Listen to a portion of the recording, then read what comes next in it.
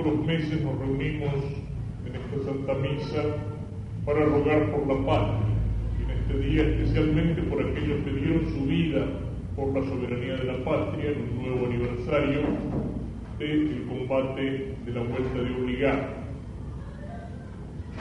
Los textos cuya lectura acabamos de escuchar nos muestran en el Evangelio a Cristo que llora sobre Jerusalén, un texto que el Papa Pío XII lo recordaba como un signo del amor de Cristo por su patria.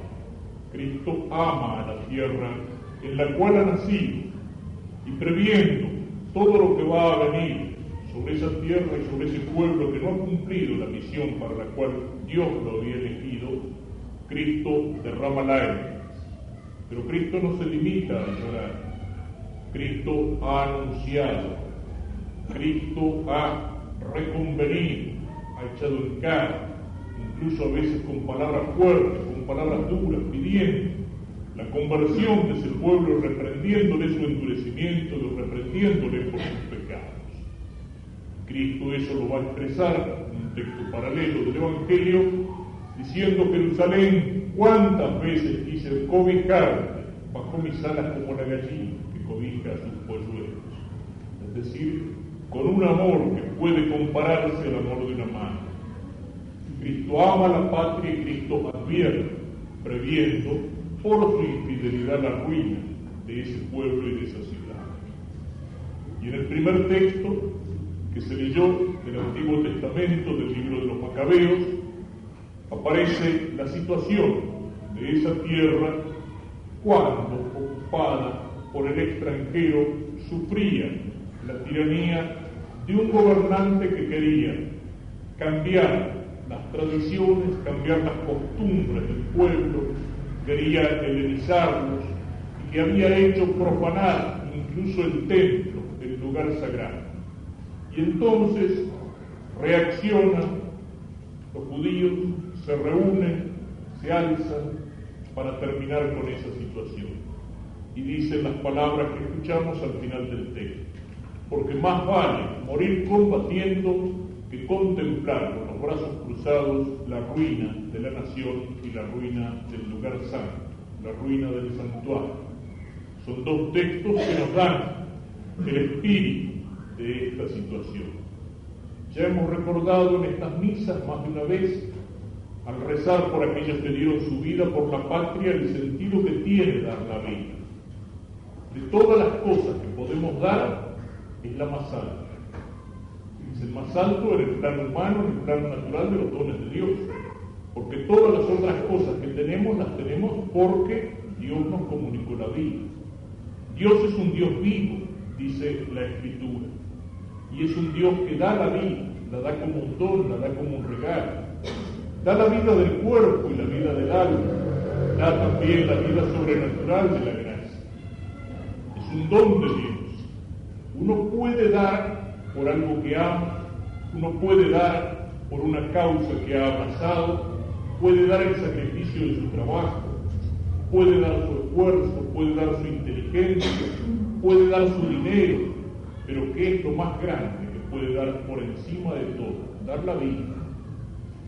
Porque si bien la vida es un valor muy grande a los ojos de Dios, hay valores más grandes que la vida del cuerpo, por los cuales vale la pena entregar.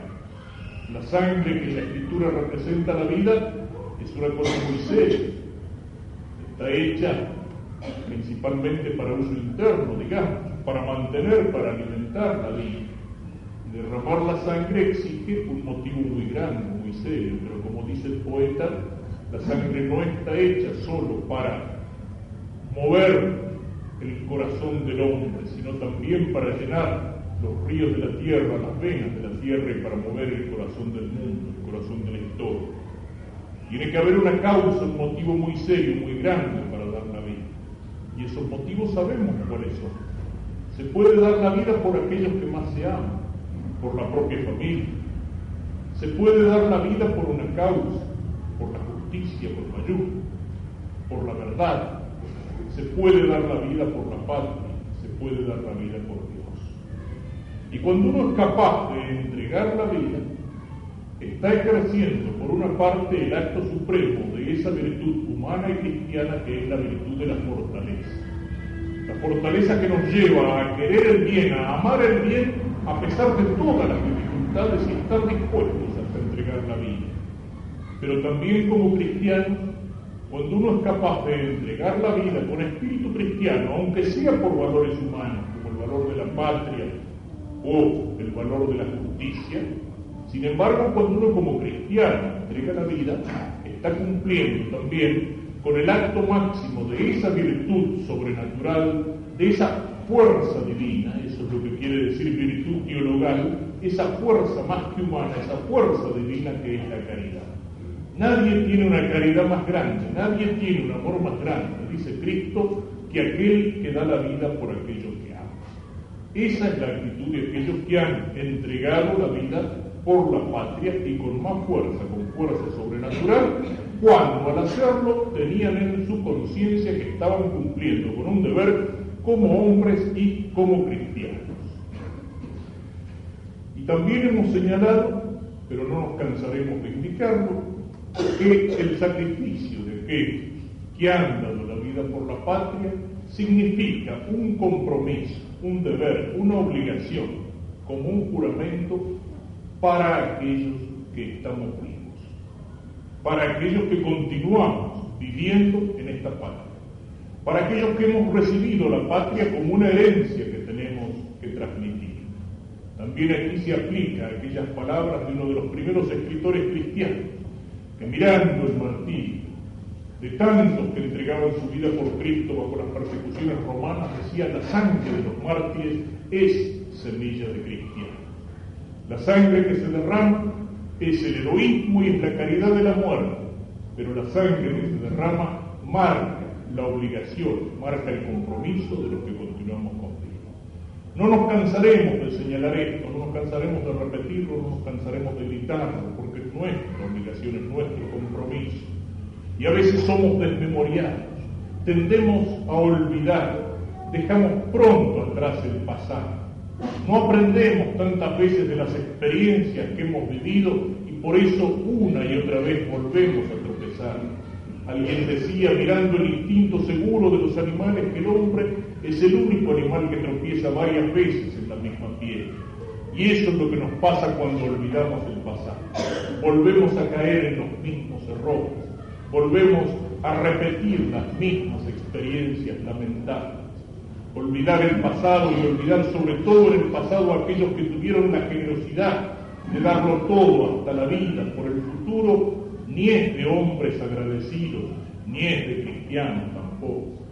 Y el problema está en que no solamente olvidamos porque somos desmemoriados, porque somos olvidadizos, porque nos cuesta el esfuerzo, porque nos cuesta el compromiso, porque nos cuesta la lucha, sino que olvidamos también porque nos quieren hacer olvidar, porque nos trabajan la memoria para que olvidemos, porque nos falsifican el pasado, porque nos mienten prometiéndonos paraísos futuros, porque nos hacen creer que la historia empieza en cada momento, porque hay interés, sobre todo en el pasado, de olvidar aquello que puede servir como ejemplo para el presente, de aquello que puede servir como semilla y alimento para gestas grandes futuras, de aquello que puede crear en los hombres, desde los niños de la escuela, espíritu de amor a la patria, de amor a Dios, espíritu de servicio, de sacrificio, disposición para el martirio. Todo eso a veces se lo quiere olvidar y nos llena la cabeza con ruido de diversiones, con ruido de preocupaciones y de problemas materiales, con ruido de propaganda, con ruido de mentiras. Por eso mismo tenemos que recordar a aquellos que dieron la vida, rezando a Dios por sus almas, pero recordando que nosotros heredamos de ellos una patria, una misión y un compromiso. Dar la vida, decíamos, por un motivo grande. ¿Por qué dieron la vida aquellos por los cuales rogamos? Dieron la vida por la soberanía territorial de la patria, en primer lugar.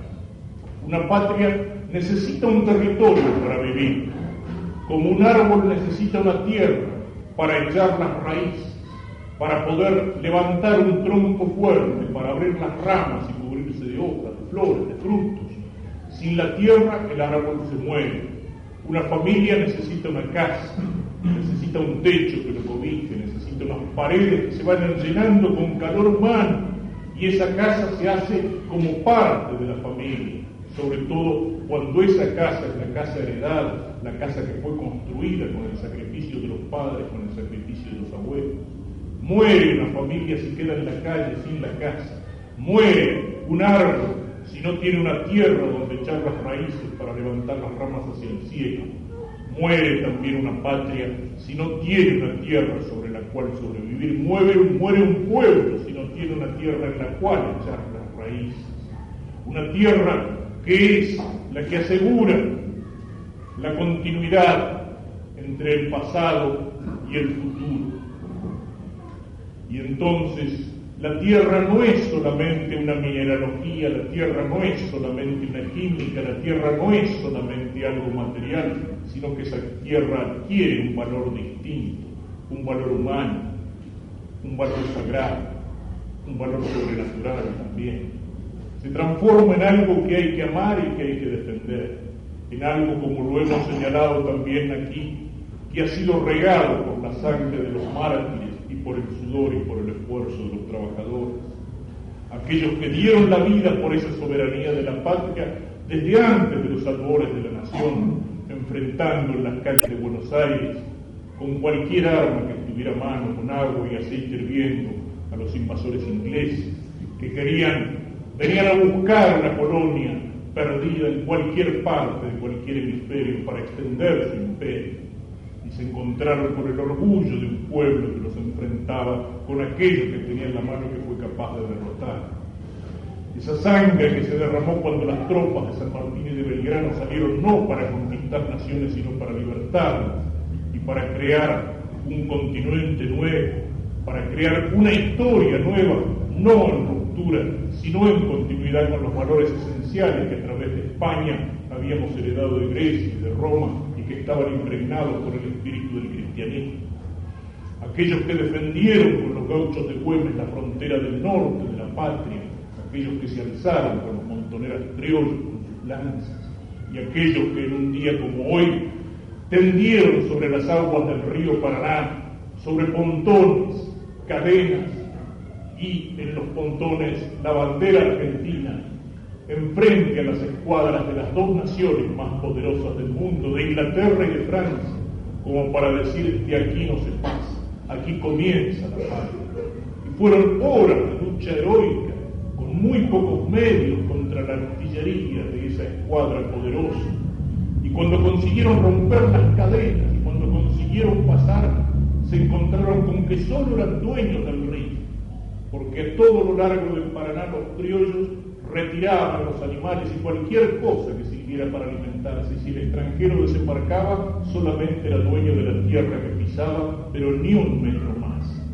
Y esa derrota, precisamente porque fue una derrota heroica, es algo que hoy la recordamos y la recordamos como el Día de la Soberanía.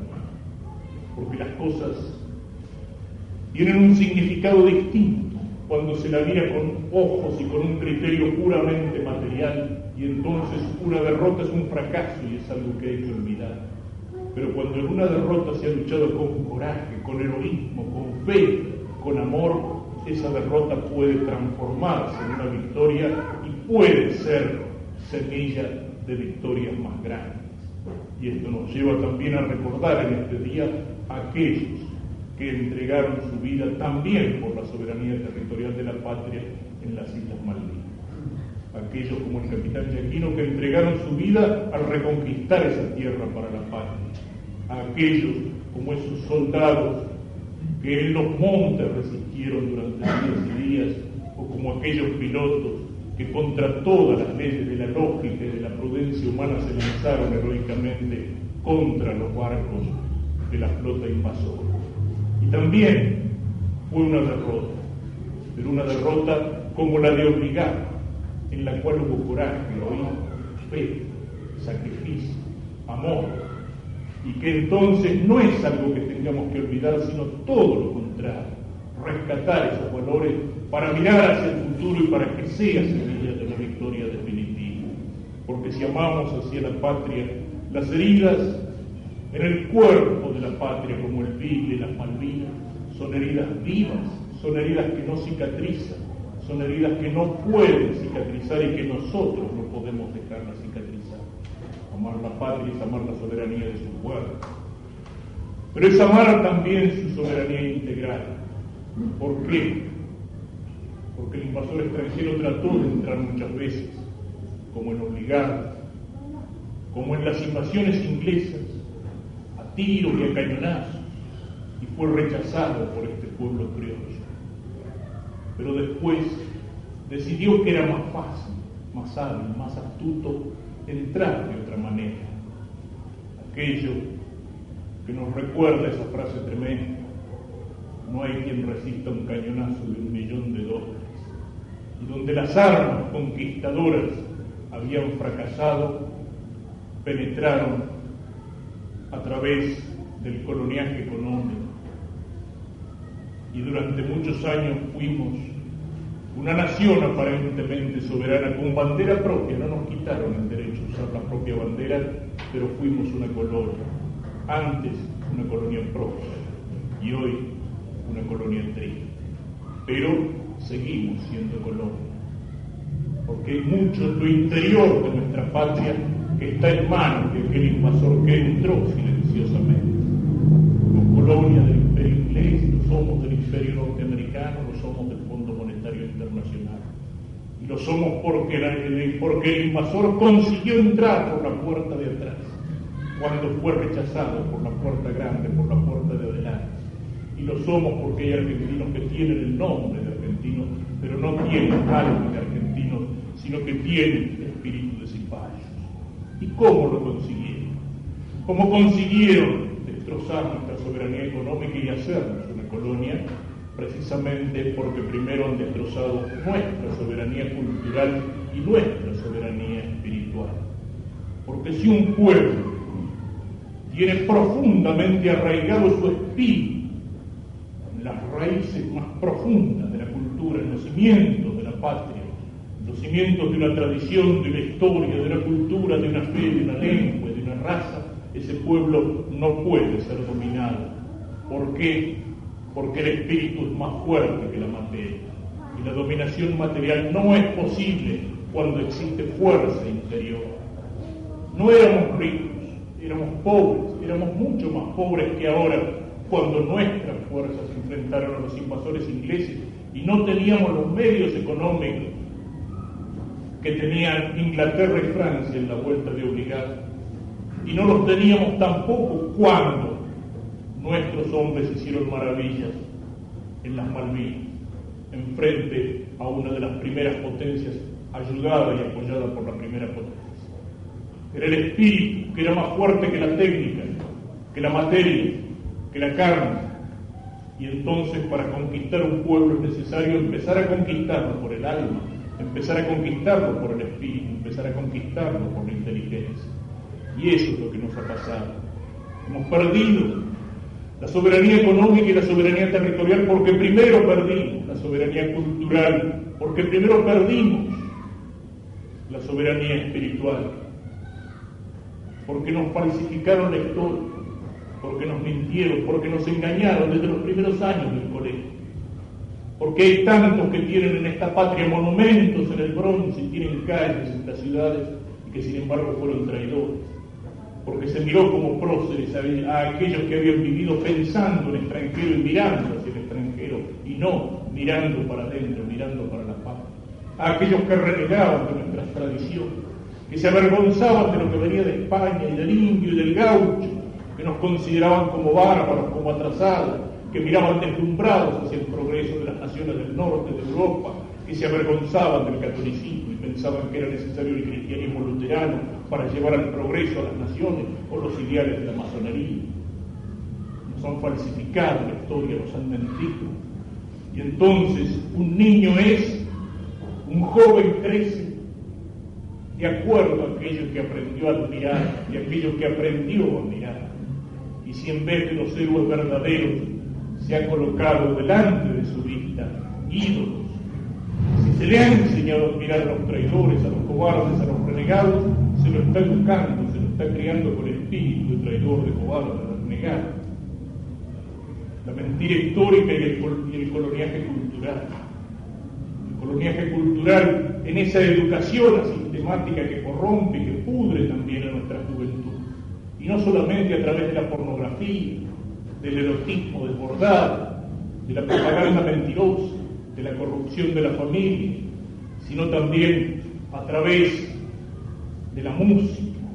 Nos olvidamos de aquellas canciones que nacen con el espíritu y con el alma de la tierra para dejarnos llenar el alma también por música extranjera, si es que a veces se la puede llamar música.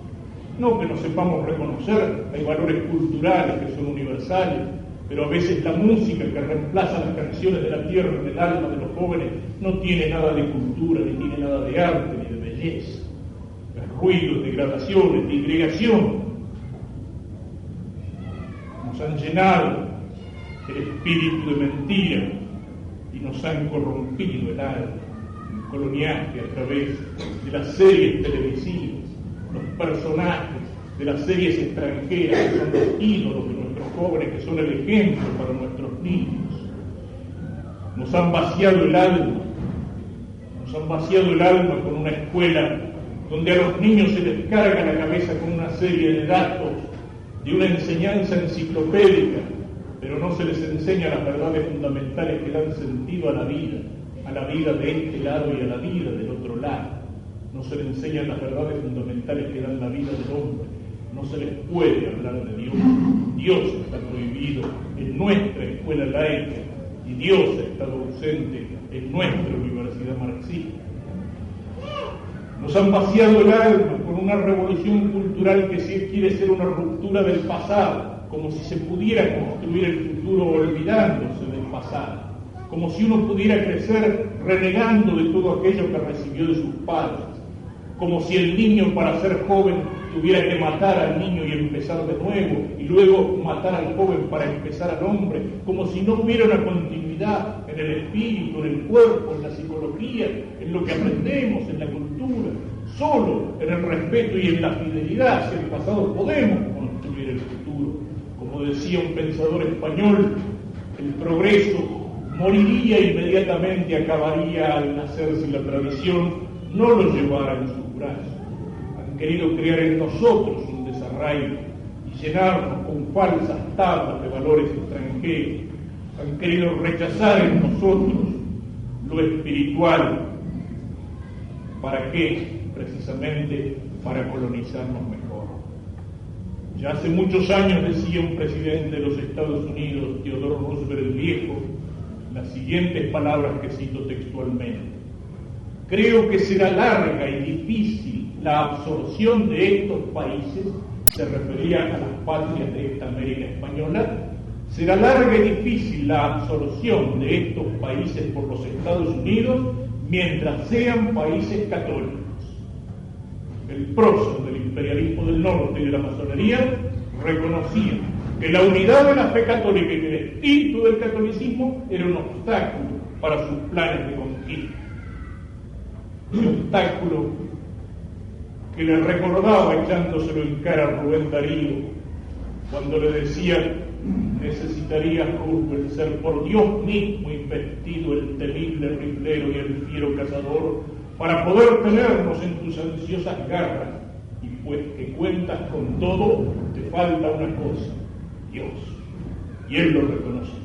No absorberemos estos países mientras sean católicos, y por eso quisieron vaciarnos el alma, quisieron hacernos renegar de nuestros orígenes cristianos, de esa presencia de lo cristiano desde los primeros momentos de la patria, desde los primeros momentos de la conquista española, cuando venían unidos conquistadores y misioneros, no para destruir, sino para evangelizar, desde los primeros momentos de la patria, cuando era el espíritu cristiano y mariano el que guiaba a los hombres que estaban al frente de los ejércitos de independencia. Nos han querido hacer renegar y olvidarnos de nuestros orígenes y de nuestra fe cristiana, ya sea por el individualismo liberal que considera la religión como algo muy respetable pero que tiene que quedar en el interior de las conciencias y que no puede impregnar ni guiar el orden de la sociedad, ya sea tratando de llevarnos hacia el materialismo marxista. Y entonces, o se quiere encerrar a la Iglesia y a la fe en una concepción puramente individualista, o se la quiere atacar, desprestigiar y se la quiere destruir. ¿Por qué? Por lo que decíamos antes. El espíritu es más fuerte que la materia. Y si es el espíritu lo que prima, si hay un espíritu que pone a Dios por sobre todas las cosas y que es capaz de amar en Dios a todos los valores humanos como son los de la familia y como son los de la patria, no hay ningún coloniaje que pueda destruir nuestra soberanía económica, política o nuestra soberanía territorial. Y eso es lo que ocurría en las épocas de la cristiandad, como lo muestra el Cid Campeador. En tiempos del Cid, en los tiempos cristianos, el usurero judío tenía más dinero que el labrador o que el caballero cristiano. Y sin embargo, dentro del orden de la sociedad, como aquellos Raquel y Judas que aparecen en el poema del Cid, eran individuos despreciables, porque el trabajo del labrador o del artesano que construía catedrales y el coraje y la espada del caballero valían más que las sucias arcas del usurero. Había otra jerarquía, había otra escala de valores. Y cuando esa escala de valores se invierte, ahí es cuando nos han colonizado. Es lo que decía Giovanni Papini cuando decía los judíos dominan a los cristianos, porque los cristianos nos hemos convertido a los valores judíos y hemos puesto en lugar de Dios al dinero y a la cantidad. Y si queremos liberarnos de esa dominación, es necesario que nos convirtamos verdaderamente al cristianismo. Es decir, que restablezcamos dentro de nosotros una verdadera escala de valores. Una verdadera escala de valores. Porque solamente puede ser soberano el hombre que es dueño de sí mismo, el que es señor de sí mismo. Aquel hombre vertical en el cual lo animal está sujeto a lo espiritual y lo espiritual está abierto a Dios. En el cual los valores que priman son los valores del espíritu por sobre los valores de la materia, los del cuerpo por sobre los valores del alma. Aquel que guía su vida con una luz de la fe que le muestra la patria terrena como un camino hacia la patria celeste, como un camino hacia Dios. Y esto nos lleva a concluir tocando la dimensión sobrenatural, la dimensión teológica del coloniaje, que la expresa tan bien el padre Castellani en uno de sus libros, cuando pone en bocas de uno de sus personajes las palabras siguientes. El crimen más grande que se ha perpetrado en el mundo, la crucifixión de Cristo, fue perpetrado por una nación sojuzgada, Israel, bajo un gobierno títere, Herodes, por una nación extranjera, Pilatos. En un estado de cosas semejantes, toda monstruosidad es posible, como lo estamos viendo aquí todos los días. Y contra este estado de cosas luchamos ahora los argentinos. Pensemos un poco en estas verdades y al dirigir nuestra oración a Dios por la intercesión de la Virgen de Luján, patrona de nuestra patria, pidámosle el ser fieles a aquella sangre que derramaron aquellos por los cuales hoy estamos rezando. Pidámosle ser de veras cristianos para ser con la gracia de Dios señores, soberanos de nosotros mismos, para que de esa manera podamos, siendo soberano el Señor en nosotros, reconquistar nuestra soberanía espiritual y cultural como un camino para la reconquista de la soberanía política, económica y territorial de la paz.